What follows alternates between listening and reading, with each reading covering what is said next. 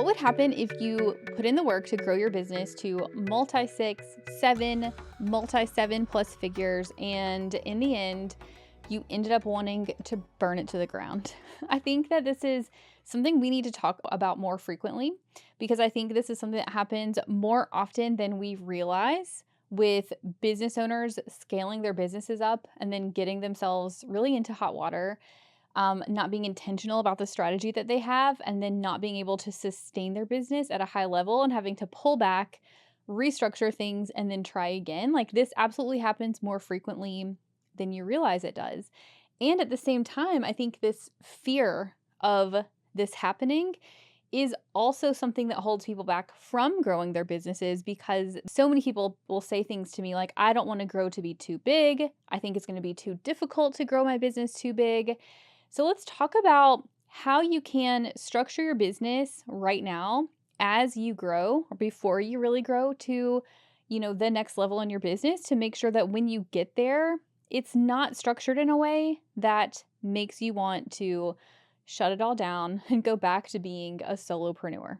This is the Profit and Prosper podcast, the podcast that helps you pay yourself a six-figure CEO paycheck from your business without sacrificing your life today. So I actually had y'all a different topic on the schedule for today and changed it last minute because of a conversation that I had with a client just a couple days ago. And I thought to myself, we need to talk about this. So this client that I have is one of our many clients over at Young & Co. They are multi seven figure business owner. They're doing like $3 to $4 million a year. It's sort of fluctuated the last couple years. Very well established brand. They work with a lot of clients. They've got a really well built out team. Like on the outside, this is a business that you look at and you're like, oh, they're doing amazing. And on the inside, they have built their business in such a way that it's really difficult. It has been really difficult for them to run. They run into issues with cash flow.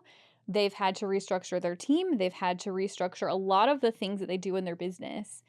And, as a CFO client, I will say I do try to maintain boundaries around what we're doing for CFO clients versus what I would do for a coaching client. But of course, some of these things like creep in just because it's hard for me sometimes to maintain boundaries.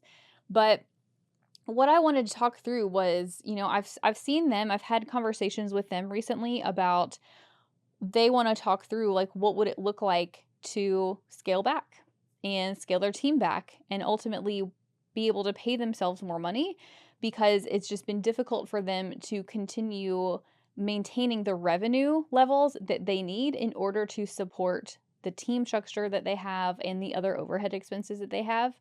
And I've seen this happen with a few other business owners in the last, 6 to 12 months. I think, economically speaking, I saw an uptick over the last year in, businesses just sort of struggling on the sales front, people finding it harder and harder to, continue generating leads. Not all businesses, but I definitely saw things sort of slow down through 2023. And I think that they're, from my perspective, like recovering a good bit, but still was tough. Like the last few years have been really tough for a lot of business owners. So after I had this call with them, I was just thinking to myself, what are the common themes that I have seen in businesses that get to seven or multi seven figure levels and then end up either really thinking hard about whether to restructure their whole business and scale back or actually did the thing? And what is it that got them to that point? Because I think that this is not something that's unavoidable. It is all in how you structure your business as to whether or not you're going to be able to scale up to that level and sustain that level and not have it run you into the ground. And I will tell you, since we bought the other firm last year and Young & Co. has continued to grow our client base, and it is now like generating, it's in the low seven-figure range, and we're going to continue growing it. I'm taking all of these lessons to heart for myself too, because I also do not want to put myself in that situation that I have seen many business owners get themselves stuck in, and then we have to come in and untangle all of it so that they can have a profitable business, so they can pay themselves, so they're not stuck working, a bajillion hours a week for little to no paycheck. Okay. So as I stepped back and thought about it, I came up with 3 things that I think are the common threads, or like in most cases show up in these businesses that end up having to downsize. Okay. Actually, this was like a few years ago. I cannot for the life of me remember where I read this, but I read this in a book somewhere and it stuck with me because it talked about getting from low 7 figures to mid 7 figures as being like setting out on the Oregon Trail. And if you don't set out with the right provisions, if you catch some sort of disease along the way, then everybody's going to, figuratively speaking, like die in your wagon, or you have to turn around and go back to your home and like start over again. And they compare that to growing your business from low to mid 7 figures because honestly, y'all, you can get to a 7 figure business, I think, with you as a CEO still doing a lot of the work, still being involved in a lot of the work. But to get from, $1 to $2 million up to $3, $4, $5 million, you physically cannot do that anymore. You just cannot do it. And you have to make a change. And I think that sometimes the businesses that struggle at that stage are the ones who resist making the changes that need to be made. So here are the 3 pain points that I see coming up pretty consistently across all of these businesses that end up needing to downsize or end up really running into major cash flow issues. Pain point number 1 is overhiring. Now, we could get into this whole discussion about employees versus contractors. As you know, hopefully there's rules around you can't just make everybody a contractor and call it a day. In some cases you really do have to hire an employee, but you absolutely can overhire both contractors and employees. And so what that looks like is as your business grows, it can be easy to feel like you have to keep hiring because you just keep bringing on more and more and more clients. But if you're not really careful about managing your capacity and getting really clear about what exactly is it going to take to maintain our next 20, 50, 100, 1,000 clients from a capacity standpoint, from a team standpoint, if you don't know what that model looks like, then you're very likely going to overhire. Because I think I've really never seen a team. I've very rarely seen a team, and this is both in my corporate days managing large teams and having my own team and working as, a fractional CFO and a business coach for well-established businesses, y'all. I have very rarely seen a team who will say they're underworked. They almost always will tell you that they feel busy, that they need more help, that they can't take on a ton more work in many cases, okay? And so therefore, I think it's really easy to overhire. That could be in part driven by your offers, your systems not being streamlined, which makes your team jump around from one thing to another, which makes them highly inefficient. But, overhiring would look like bringing on a whole bevy of full-time contractors, expecting that your sales are going to jump up and stay at this really high level, indefinitely. And then you hire for that level, but then for one reason or another, your sales don't stay there, right? Or maybe you hire a bunch of full-time people and they end up not working, to capacity. They have a lot of downtime. In which case, I'm not at all saying that we want to run your team into the ground, but if you're paying them for full-time work, they need to be engaged in full-time work in order for the money to make sense for you as the business owner. I think every single one of these businesses that I'm specifically thinking of that I've seen have to downsize have had a team they have had to downsize. They've had to lay people off because they hired full-time employees for basically every role in their business. I definitely think that there's a time and place for full-time employees. I have full-time employees and I will continue to have full-time employees. But some of the roles in our business, we definitely fill with 1099s and with part-time employees, depending on the role. Okay. And the reason for that is that sometimes with your team, you need to be able to flex it up and down depending on the workload, depending on the capacity. Because if your sales are inconsistent, and you staff for, the highest sales month for your busiest month, then you're going to be saddled with this huge payroll that it really gets tough to make that payroll month after month, y'all, if your sales are fluctuating pretty drastically. Okay. So pain point number one is going to be overhiring. I actually have a whole team series I did. I think it was back in the fall of 2023. I did 3 episodes on team. So if it's something you want to dig into, I've done that series plus other episodes on hiring a team. And so there's tons of content you can go dig into more team stuff. Pain point number 2 is not being able to consistently generate leads, which you would think a business making 7 or multiple 7 figures would have their sales and marketing processes figured out, but so many of them don't. Sometimes businesses get to that level just by a fluke, by luck, by being in the right place at the right time, by, just something happening and they happen to bring on more sales and then they can't turn around and repeat the process.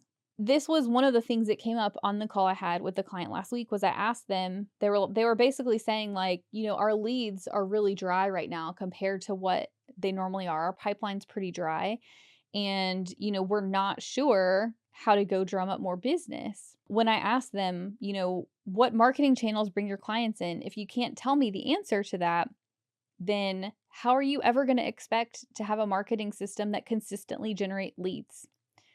I asked them on the call last week, I said, who are your referral partners? Do you have referral partners? Can you go and just like very simply go reach out to a handful of people and get some work in the door? And they were like, no, we really don't have any, right? I know we don't necessarily want to build a business all the time on referrals, but it's always an amazing thing to have referrals coming in from current clients or referral partners or people who work in, industries that are sort of related to yours where you have the same clients, but they don't overlap. So when you aren't super clear on your marketing processes, on your marketing strategy of how are you going to bring new leads in the door and get them to convert a sale, of course, your revenue is going to fluctuate, right? You're not going to have leads coming consistently in. Your sales are going to be all over the place, and that's going to further make your overhiring problem a bigger problem, right? Because if you have team members, you have to keep paying but your sales are all over the place, then that means if you have a 2, 3, 4 months where your sales are low, and I also personally will say I have experienced this as well. That's not the topic for today, but like if your sales are down and you have a high payroll cost, like you are really going to be eating into all of your cash, all of your savings, and it's going to be more likely you're going to have to run up debt in order to keep going. Okay. So, not having a clear marketing strategy, not being able to consistently generate leads, I would say is pain point number 2. That is a really common thread that I have seen, not just with the clients I was talking to most recently, but with some I've seen more, over the last 6 to 12 months where, they're just like, I got tired of having to go out every month and make new sales. I got tired of feeling like I had to say yes to clients I didn't want to work with because I needed the sales to come in to pay my team, right? That's not a recipe for a business that is successful that you can run in the long term. So, pain point number 2 is not being able to consistently generate leads. The last pain point that, again, I see pretty consistently across the board is not delegating and not leveling yourself up. So, like I said a few minutes ago, I definitely see how it's possible to get your business up to or close to $1 million in revenue, and you as a CEO still be pretty heavily involved in a lot of the day to day.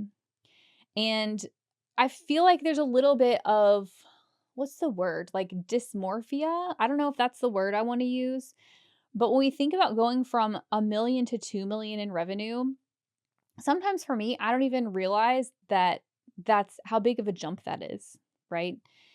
I think a lot of times we're used to thinking in terms of like 6 figures. So 100,000 to 200,000 is not really a huge jump, but 1 million to 2 million, I realize both are double, but I mean, a solopreneur can do 200K business, right? If you structure it the right way. But 1 million to 2 million, like that's $1 million increase, right? It's hard enough to get to 1 million.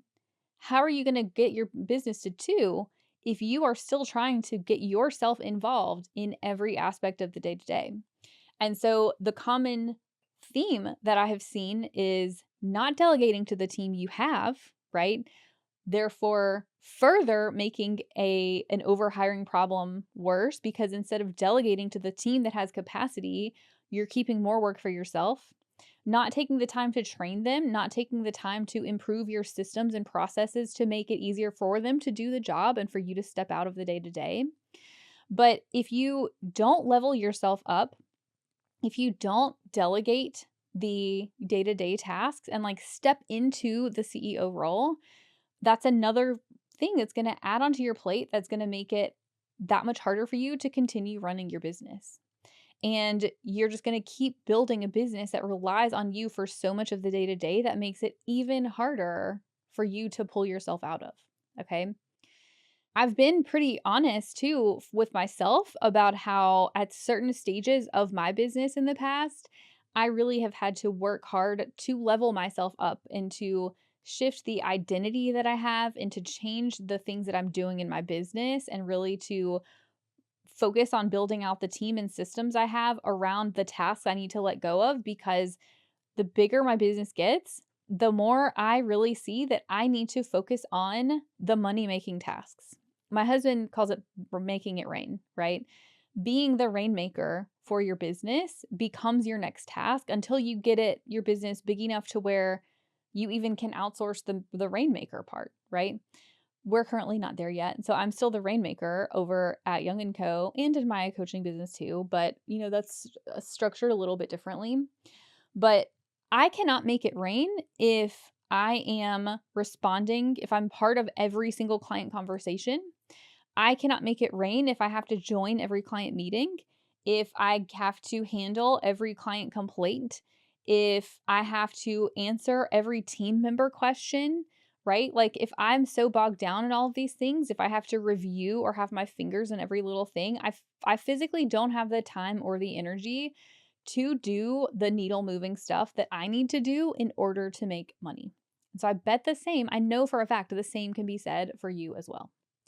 All right, y'all. So those are the 3 most common pain points that I have seen in working with clients at the high 6, 7, and multi 7-figure level who work themselves into a job. Essentially, they build a business that is not super sustainable.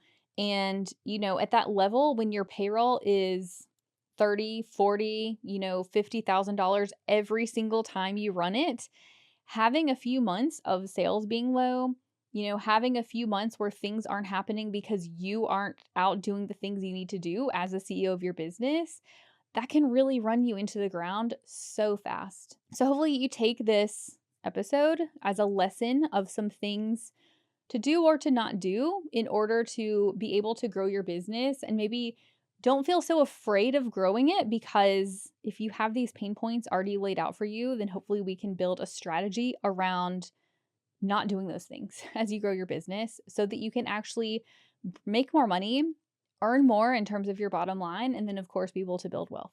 So one thing I do want to say as we wrap up is that my mastermind group, which as with many things in my personal brand coaching world over the last few months, I have been working on rebranding and upgrading everything, because we're coming up on a year of officially separating out my personal, coaching business. And feel like I have come up with finally the offers and the structure and the things that my clients need in order to build wealth, pay themselves more, work less hours, be able to embody the millionaire versions of themselves. So, as with all the things, I am working on upgrading my mastermind group.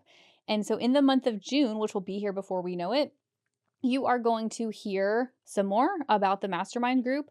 I will be looking for just a small handful of women who have established, preferably profitable businesses that you are looking to grow, but you want to grow it in a way that's sustainable. You want to put more money in your pocket, and ultimately you want to get on the path to wealth creation. And so in the mastermind, / group coaching program, we are going to work through a framework that I have mapped out. I'm tentatively going to call it the PIE framework, and I'm going to leave it there, but I kind of love that name. To increase your overall business profitability and valuation, because that is something that can skyrocket your personal net worth, for you to invest and for you to also embody the millionaire version of yourself. So, details to come, but if you want to work on these areas, if you're really ready for growth in your business and you want to go deep and work closely with me and our group of amazing women, go ahead and DM me on Instagram and let's have a chat about it, because I'll be opening the doors back up in June for just a handful of people. And I would really love it if this is something that you're like, your ears are perking up, this resonates with you, then I would love to chat about it. All right. Until then, hopefully this episode was helpful, y'all, and I will see you back next week. Thanks for listening to this week's episode. Listening and learning is great, but implementing what you learned is even better. So what's one thing you can do this week to make more money in your business, save for your financial future, and start living your most prosperous life? If you found this episode helpful, please leave a review on Apple Podcasts and share with a friend, because it helps me reach more amazing female entrepreneurs like yourself. See you in next week's episode.